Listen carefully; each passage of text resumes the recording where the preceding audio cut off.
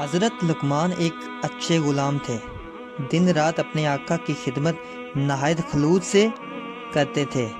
خواجہ بھی ان کو دل و جان سے چاہتا تھا اور ان کی خوبیوں کا قائل تھا۔ دراصل لقمان خواجہ تھے، خواجہ ان کا غلام تھا جو اللہ کے بید سے واقف ہوگا۔ محلوں کے بید اس کے سامنے کیا ہوں گے۔ اس خواجہ کا طریق تھا کہ جب وہ کسی اجنبی مقام پر جاتا تو حضرت لقمان علیہ السلام کو اپنی خلعت اور جامہ پہناتا اور خود غلام کے کپڑے پہن کر ساتھ ہو جاتا۔ حضرت لقمان علیہ السلام کو صدر مقام پر بٹھاتا، آپ کے حکم کو بجا لاتا اور کہتا کہ میں نے تیرے ذمہ خدمت نہ کرنے کا حکم لگایا ہے، میں نے مسافرت میں تدبیر کا بیج بویا ہے۔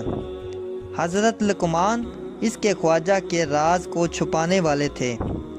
غیر سے راز چھپانا تو کوئی عجب بات نہیں، عجب یہ ہے کہ اپنے آپ سے راز چھپایا جائے۔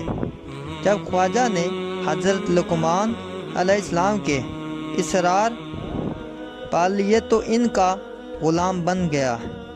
کوئی شے نہ کھاتا تھا جب تک حضرت لقمان علیہ السلام نہ کھاتے۔ ایک دفعہ اس کے پاس خربوزوں کا ہدیہ آیا تو اس نے حضرت لقمان علیہ السلام کو بلایا اور خود خربوزے کاٹ کاٹ کر ان کو دیے۔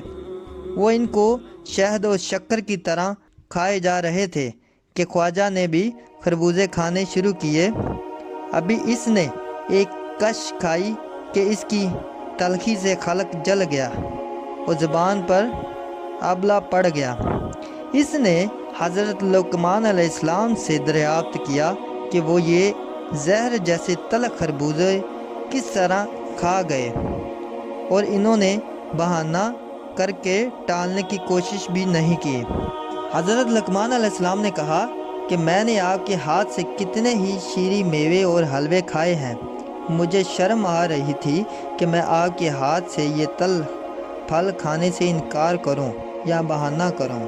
محبت سے کڑوی چیز میٹھی ہو جاتی ہے، محبت سے تانبا سونے میں ڈل جاتا ہے، محبت سے خارگل بن جاتا ہے، محبت سے سرکہ شراب بن جاتا ہے۔